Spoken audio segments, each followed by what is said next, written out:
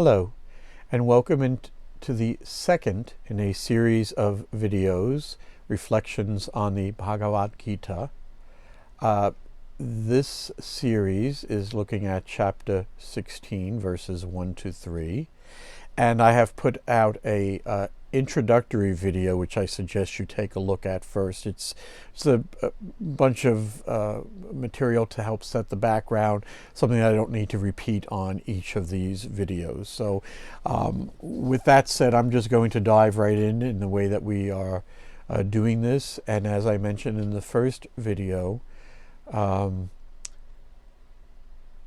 is good to leave a bit of the day-to-day and the cares of our life behind, both considering the subject matter, but just even considering what it's like as we run from day to day, to the store, back again, this home.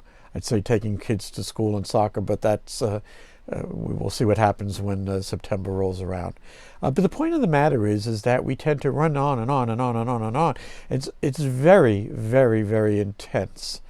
And much like there's your tachometer in the car has a little red line that says, "Hey, you're running this too fast and not good for the engine." To have this kind of constant push.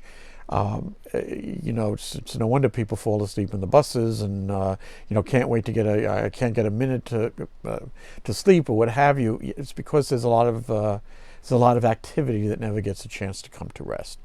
Now, I mentioned the School of Practical Philosophy in the first video. Certainly they are not unique in strongly suggesting that before you begin an activity, some form of break from the previous be taken. I'm going to keep it simple here. We're just going to take a few seconds to come to rest in whatever way is possible for yourselves. So just let the cares go.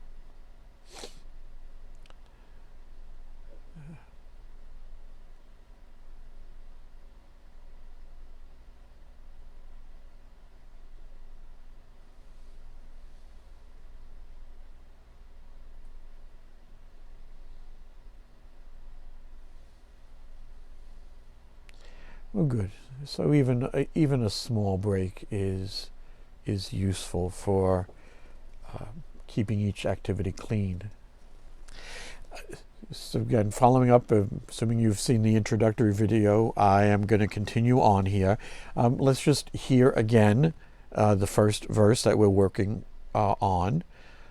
Shri Bhagavan Uvacha, and again that's the introductory that Krishna's about to speak. He says, Abhayam Sattvasam Sudhir Shnana Yoga Vyavashtiti Dhanam Dhammascha Yajnascha Swadhyayas Tapa Archavam.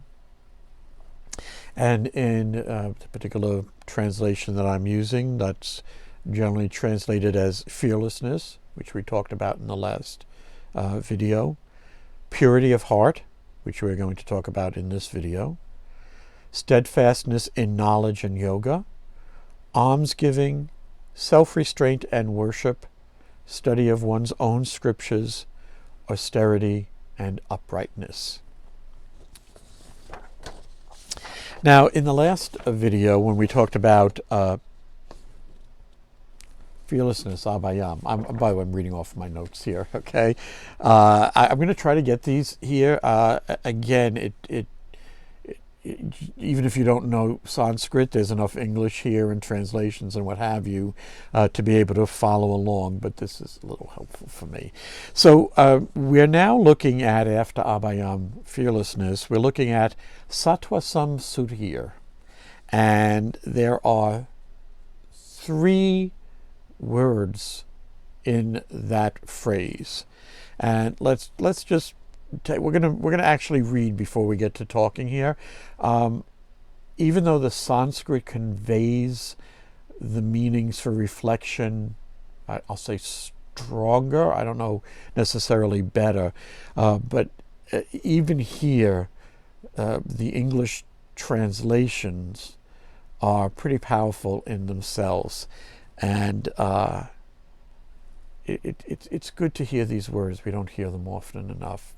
So let's just start off with the three phrases. Sattva, which is, we could probably do 10 videos just on sattva, translated as, when I say translated, I'm giving you the first and the more common translations that I've been able to get out of the various translations in each Gita. So sattva, true essence; sam, together with; sudhir, purity. Now, none of that does justice to these words. So let's just, we're just going to hear a little bit here. Sattva, and all of these are from the Monet Williams Sanskrit Dictionary, which has also been put online, and you can search that way. I must say that although Sanskrit is considered ancient and dead, the internet has done wonders for keeping it around and accessible. If you have an interest, or if you've studied a little bit like I have, really a lot of tools out there that are very good, but we're getting off the point here. So sattva, and I'm just going to read through for now: being, existence, entity, reality, true essence, nature, disposition of mind, character. And depending upon what other books you are reading from India, their usage is sometimes a little different depending upon the book. So we also have definitions like spiritual essence, vital breath, life, consciousness, strength of character, firmness, energy, resolution, courage.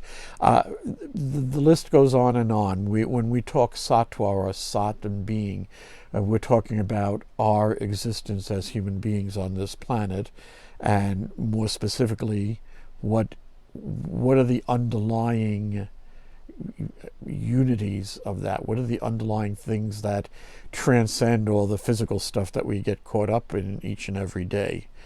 So sattva is given definitions of everything I've just read, including the quality of purity or goodness, qualities of nature that are regarded very highly because they render a person true, honest, wise, or a thing pure. And I try to keep it, as it were, as neutral as I can, but I cannot help but be concerned that I read, rendering a person true, honest, and wise, or a thing pure and clean. And unfortunately, I have reached the state, again, I'm coming to you from America, where those words are not necessarily even valued, that truth itself, or honesty, or wisdom are considered,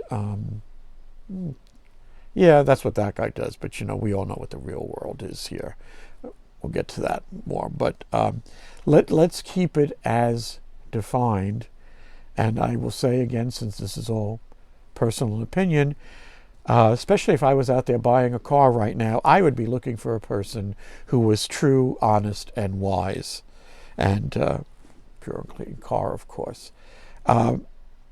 And I think the importance of these videos is not that people are going to run out and learn Sanskrit or read the Gita necessarily, but that I think that another voice needs to be out there that says, wait a second, doesn't matter what you say, probably in your heart you really are looking for somebody who is truthful, who is honest, and who is wise in your dealings.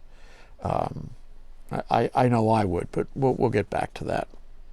Now, the root of all of this is sat, which is generally considered to be existing, happening, present, actual, and real.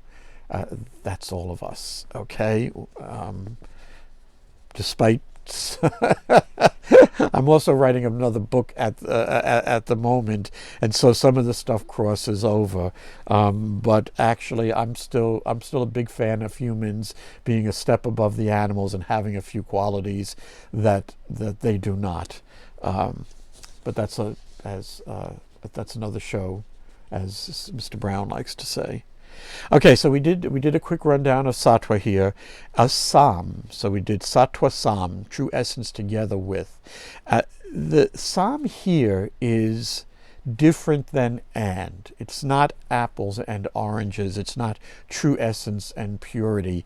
It is a says here conjunction, union, thoroughness, completeness. It is someone, if we consider sattva and sat are beings, it is that the next part, the purity, is in a sense in their being. I happened to be watching Dan Rather interviewing Emmylou Harris the other evening. I say the other evening because you record everything, and it probably was a month ago that the show was on. And very, very, I thought, interesting interview. But one of the things that she said to him when they were talking about the family, because for those of us who were fortunate to have been brought up by a mother and father in a household that did not split and what have you, what she had to say was that there was kind of a purity and a grace about her mother, and that kind of carried through, and it carried into how she felt she was able to be as a person. So the reason I'm spending a lot of time here on Sam is we're not just saying it's this and this. It is them really conjoined in your being. And finally, Sut here, or at its breakdown in words, Sutha, is cleansed, cleared, clean, pure, free from, bright, acquitted, free from error, blameless, right, correct, accurate, and a few more things, okay? With its root as sud, which is to be cleared or cleansed or purified. Now that's quite a mouthful. I haven't even gotten to what the reflections on these things are. But in the kind of the first look, and these, I've kind of read these through a few times. I'm not taking it completely cold, but these are, you're getting it as, as I hear it here. But one of the things in the first few readings, and it goes again back to what would we desire in our dealings with people. And, unless you're a person who is just, overflowing with money, most of us, whether it is buying a car, buying a house, being with somebody, going to a restaurant, whatever it is, we inherently have an expectation that the person, the other person in that transaction, is in fact truthful and honest. Now, it's a tricky subject because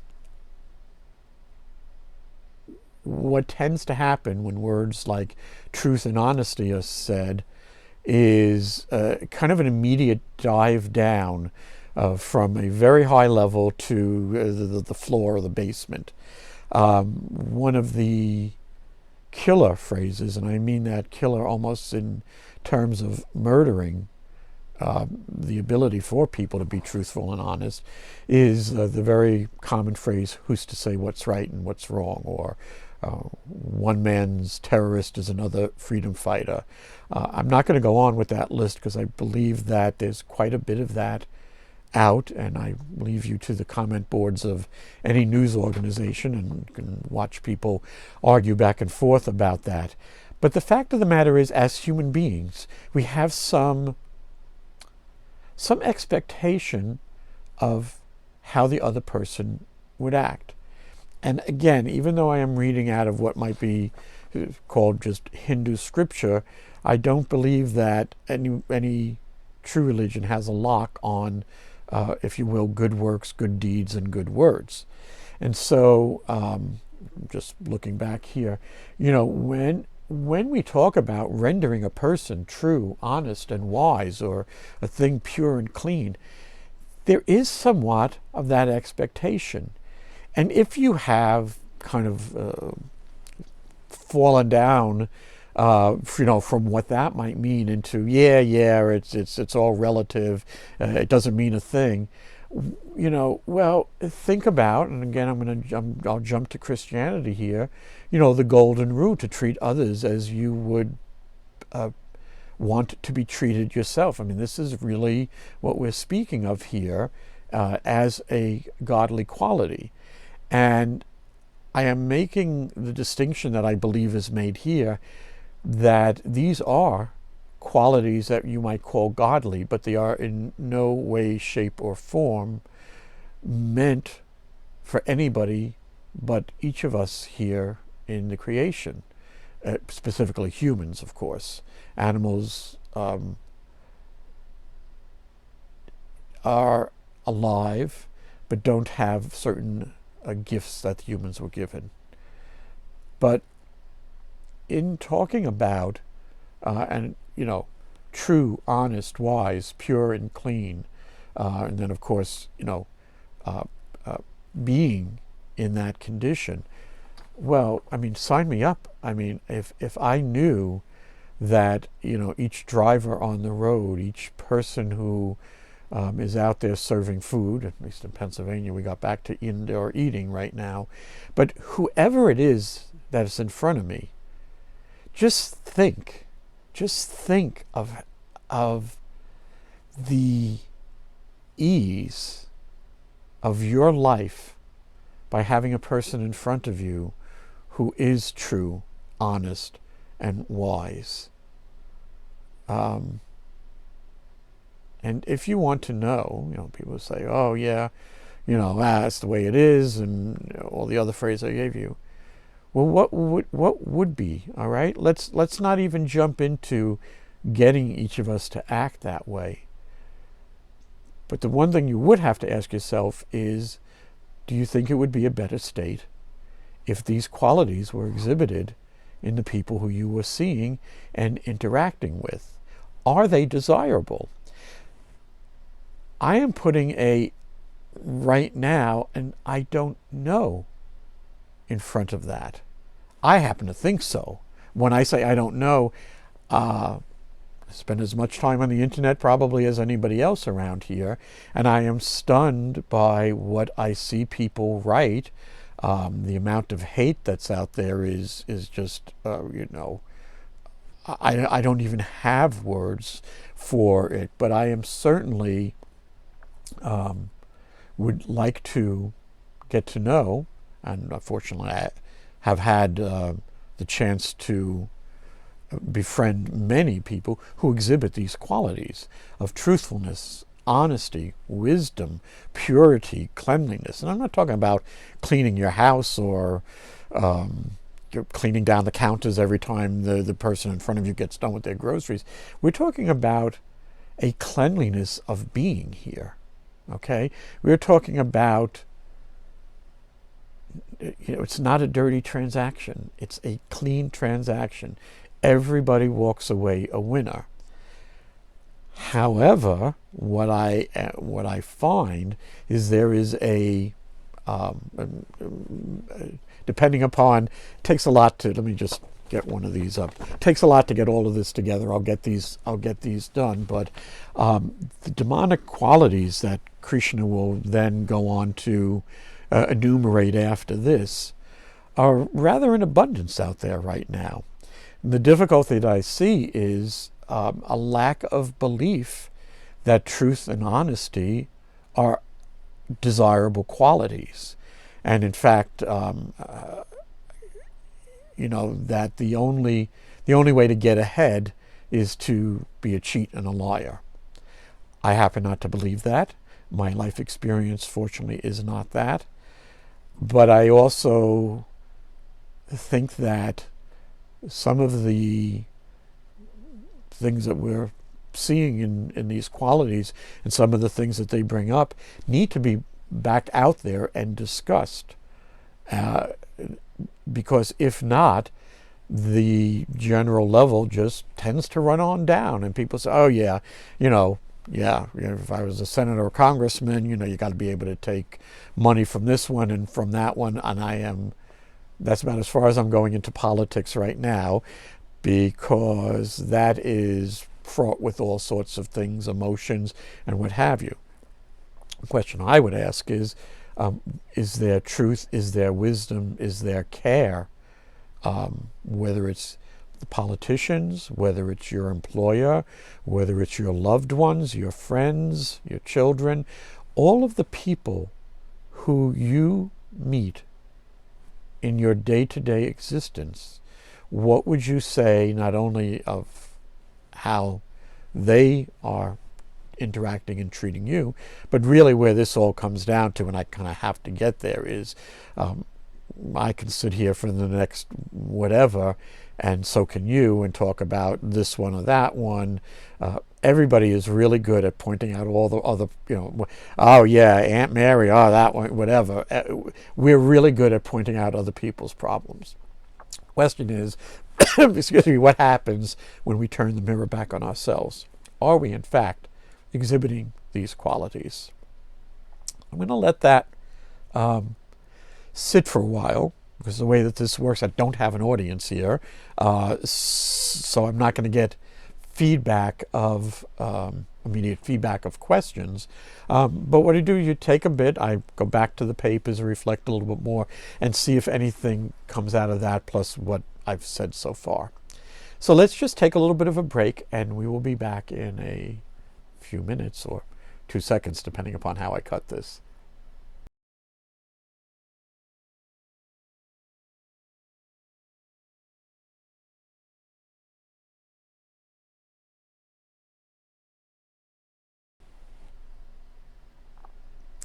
Hello, welcome back to the second part of this video. Unlike Abhayam Fearlessness, which took a little bit more reflection, as soon as I returned and looked at the sheets here, I think about 15 different questions came up. We will finish up. I'm gonna take a particular tact here, but I think they're gonna have to be a third video because of the richness of the material, and especially since the subject matter is essentially how each of us acts to our fellow human beings every day that we are out. And I started at the root of purity. And again, the way that I'm not actually that good at the English part of it. I was more of a mathematician, so I don't know how to deconstruct sentences and words in English. But in Sanskrit, we've got that down, and there are roots, root actions. There are always an action to each of these things. So sudhir, which was purity, or sudha, the actual word itself. A lot of the fronts and backs of the words, once they're put into a sentence in Sanskrit, are just for purposes of sounding out and making it easier to pronounce. So sudha has as its root sud, and we have to purify, to be cleared or cleansed or purified, become pure. With a little side note, especially in a ceremonial sense. But let's just be pretty practical. Now, my examples are going to tend to come from modern culture, because that's where we are. And depending upon your TV watching, there is a, well, I like Restaurant Impossible, but there is also, I think it's called Hotel Impossible. And the gentleman there, but somewhat the same deal, hotels who are failing, call in person with the help of either some money and a lot of advertising, tries to correct the ills of the place, okay? But one of the things that is kind of consistent in that, and I happen to have been fortunate enough to travel a lot, stayed in hotels, good, bad, and what have you. But one of the things on that show is almost always the first thing we find is that the actual rooms themselves in these places have not been cared for. They are not clean. And, whether it's that, whether it's the honesty, the truthfulness, the wiseness, or the purity or cleansing itself, what this little phrase, sattva samsud here, really points to, again, is how we are treated and how we are treating others. But again, I despite what I see and read people saying, I think, despite their words of, oh, it doesn't matter, and you've got to be corrupt, and you've got to be on the take, and what have you, good guys don't get ahead, and all of that. As I said, don't believe that to be true. And I also, even the people who say, all of that sort of stuff, whether they believe it or not, I think it comes down to, well, fine, conditions are such that it is difficult to carry on truthfulness, but do you want to be treated that way? Because I think anybody who says, well, you've got to, you got to go with it, it's the way it is, and, back in my grandmother's day it was different and better, but here we are now. And okay, so we've rambled on about that, but the question is that how you want to be treated? Or do you want to be treated with truthfulness, with honesty, with somebody of wisdom, with somebody who is pure of character? And I think, I have not taken a survey of everybody on this, I haven't even taken a survey of everybody in America, let alone the whole world. But if you look, even in the yelling and the screaming, goes on. I mean, right now we're in masks or no masks. You didn't give me my hamburger the way I wanted it. Whatever it is, there is still, I believe, underneath all of that, a desire to be treated well and to be treated as best as possible. And again, if that's not the case, I've got some used cars for you that I'd like to sell. I mean, when you come down to wisdom, honesty, truthfulness, clarity of mind and nature, some of the other things which I didn't even read in the first part were good sense. Take a little bit of that. Wisdom, magnanimity, strength, firmness, strength of character. Do you want to be, if you will, served by people who have those qualities or not? And if you say not, well, I mean, that's fine, but I think you'd rather, cut out the legs from your argument about, I'm not getting what I should. Well, if you don't care, if it's really true, and if you believe that, yeah, I don't need any of this truth nonsense or what have you, I don't know what to say to that, because then you're open to whatever sort of junk comes your way. But again, I'm going to stay with, I don't really think that in our heart of hearts we believe that. I think we desire the best, truthful, loving relationships with anybody. I mean, love, the thing, the whole story in itself. I don't, go into the local, supermarket and, expect to fall in love with the, everybody there at that kind of level. I do expect that there is civility. I just heard that someone speaking about that the other day. Courtesy and respect. And I think that kind of puts to lie, everything that people like to complain about and say, yeah, you can't be honest and good. I'm going to say, I think you not only can be, but should be, and you will benefit greatly by that. Of course, the effort on all of these and all of these qualities that we're talking about, even though, quote, they're godly and they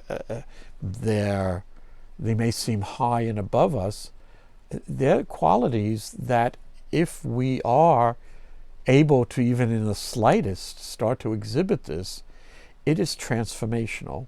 And I think that, going back to when I said in the introductory video, why am I sitting here rambling on, as it were, about verses in the Gita. Well, I think it's important that these words be put out there.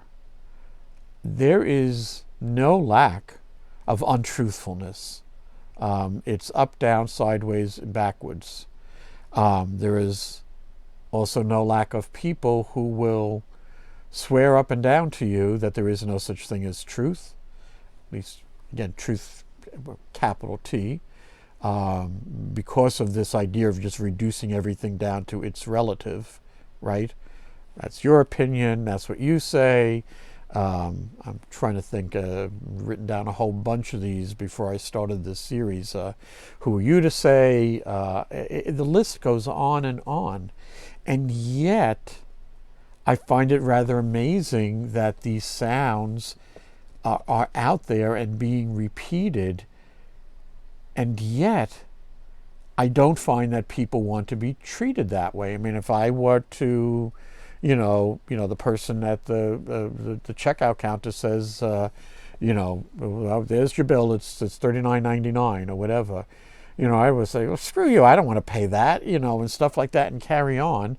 In addition to, since nowadays there's security all over the place, in addition to them being able to come in and call security and what have you, even aside from that, there's a certain amount of expectation of how people are going to interact. And say what you will about relative, who are you to say. When I say relative, I don't mean your relatives. I mean that one of the viewpoints that every single thing is relative. That if you, that there, again, there is nothing to stand on, that there is no truth, that there is no absolute, okay? Now,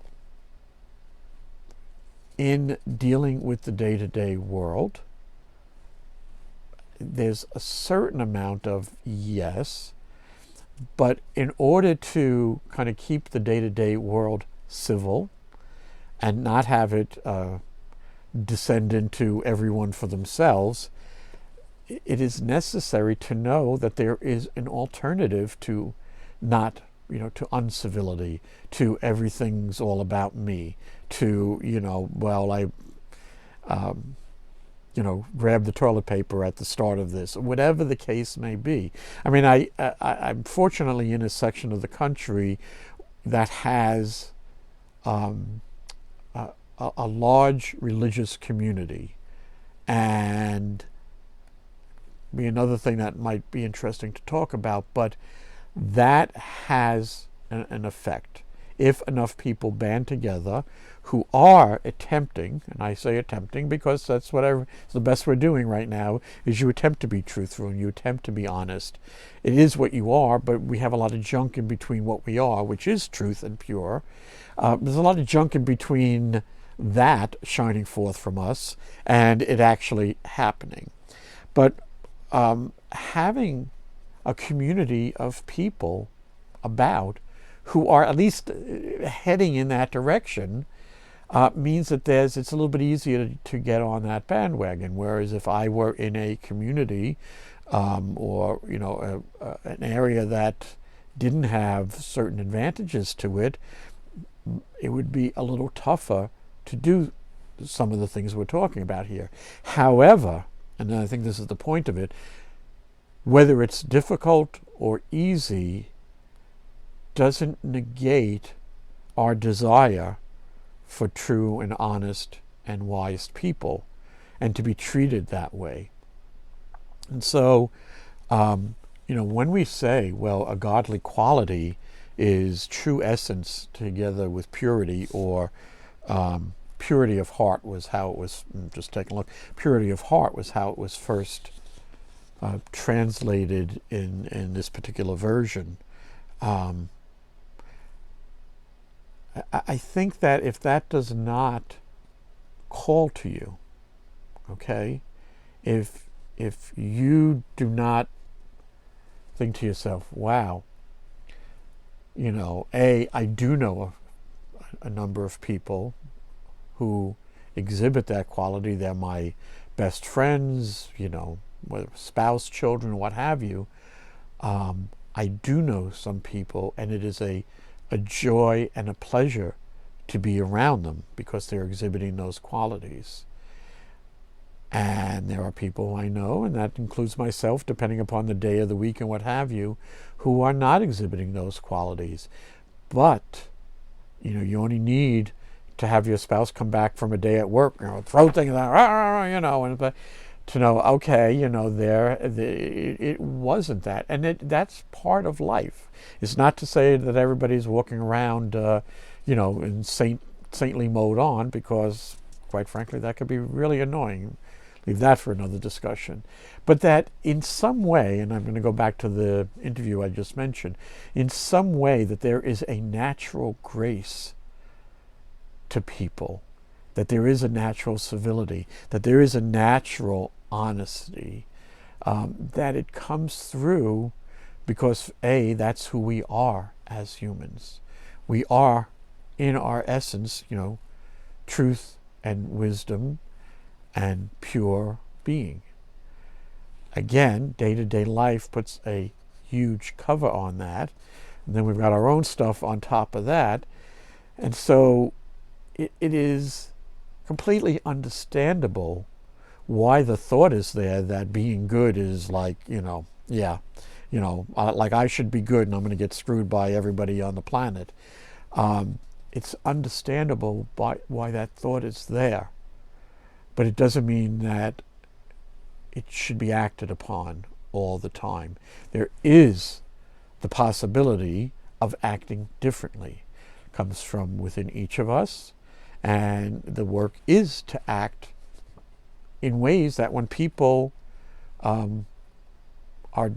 if you will, done with transactions or business with you or whatever, that they leave, if you will, more refreshed, cleaner, and purer than when they started.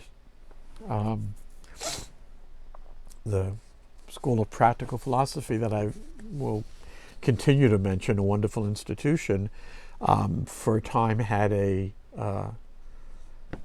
I'll say a delightful lady. Her name was Joy, so we're going with that.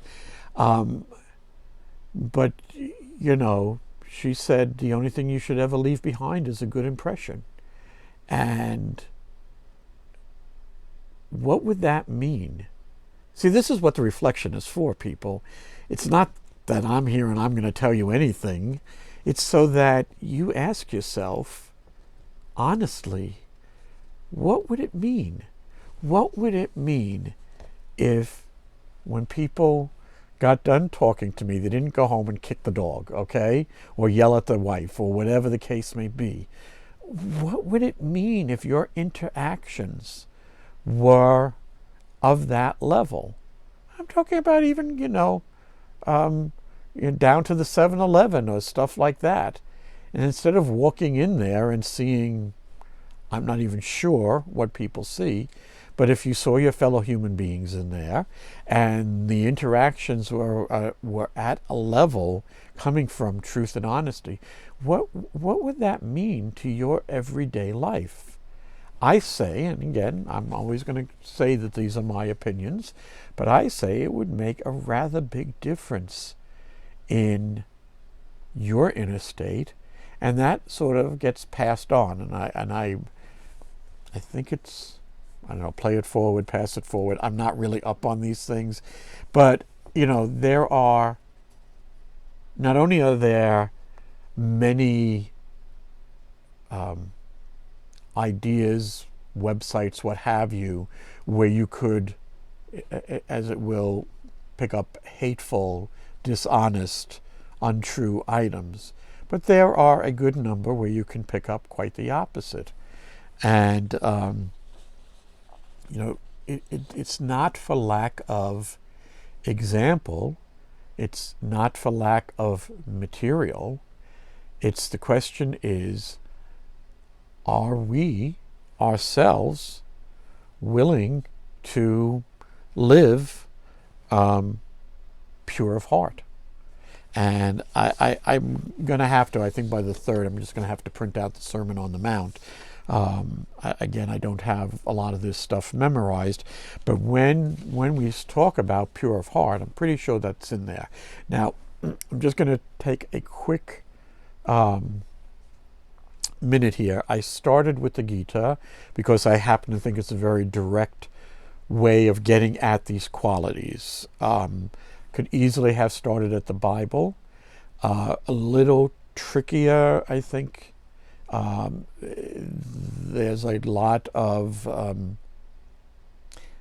energy and ideas and fire around what's said, what's not said. So let's start with a more neutral way, but it easily could have been done with the words of Jesus as opposed to the words of Krishna. Probably lose half my audience on that one, but that's so be it. Truth does not belong to any one religion. A religion that's truthful is useful, but truth and honesty and wisdom and care of each of our fellow beings, nobody has the lock on that. And in fact, we haven't even heard all that can be said about how well we can treat each of our fellow travelers on this planet. I call them fellow travelers because we're here, we play games for a while, we go to Disney World, we have fun, we have not fun depending upon your situations, people come and go, but to quote the phrase, and I am so glad that this phrase is about, we're all in this together. There ain't no you, there ain't no me, we're in this together, and the quicker each of us cleans up our act and becomes pure in heart, pure in spirit, truthful, wise, and caring, the quicker it turns around. It's really, it's so simple that, people poo-poo it. Oh, yeah. Another guy talking about, where were you in the 60s? I was a little kid, so nothing there. But if this is not something that you are striving for, well, certainly, again, I don't know what you're doing watching me at this point. But if you are, like, yeah, that's right, that is the way to treat people. And if you do not get too hung up on who has said it, the best thing is forget who said it, forget when it was written, start doing it. Okay? Get out there and be honest. Be truthful. Be pure. Be kind. Seems really simple. And that's the beauty of truth. It is really simple. It just takes a little bit of practice. It can be done, and it would be of great use to your immediate family, to your neighborhood, your community, to the state you live in, to the country you live in, to the continent that you're on, to the world as a whole.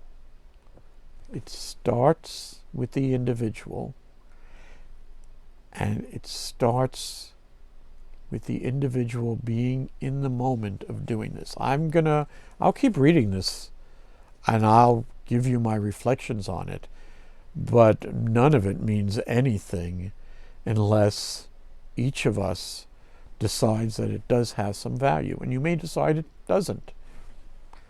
Right ahead, everybody has their opinions and acts upon them.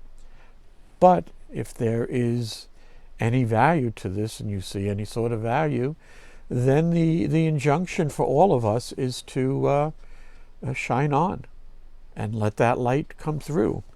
And I want to in the Shankaracharya's version of the Gita, which is where I've taken this from, there's a little bit of introduction, and I think that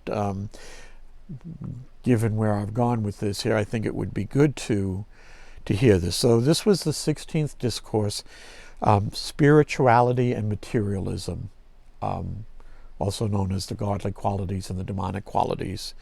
The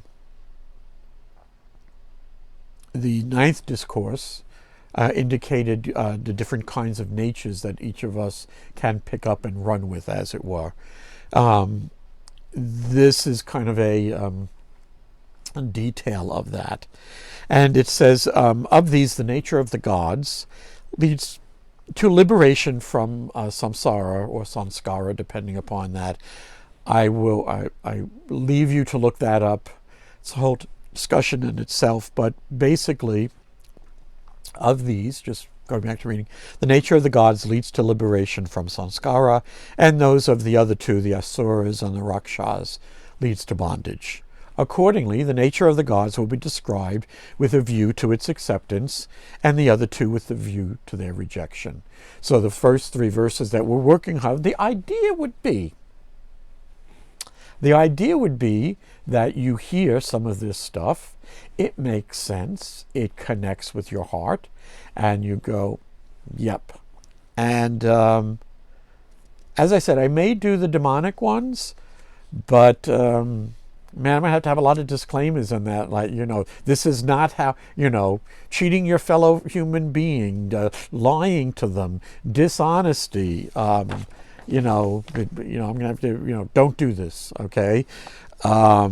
But for some people, they want to do that. And we may get to it. As I said, it takes a bit to get to the translations, the words, to reflect upon them. But I'm going to leave you, and I think we will come back and still, because I think there's a lot more to be said about purity of acting truthfully, and I'll put that into another video. So let's just leave it at that right now.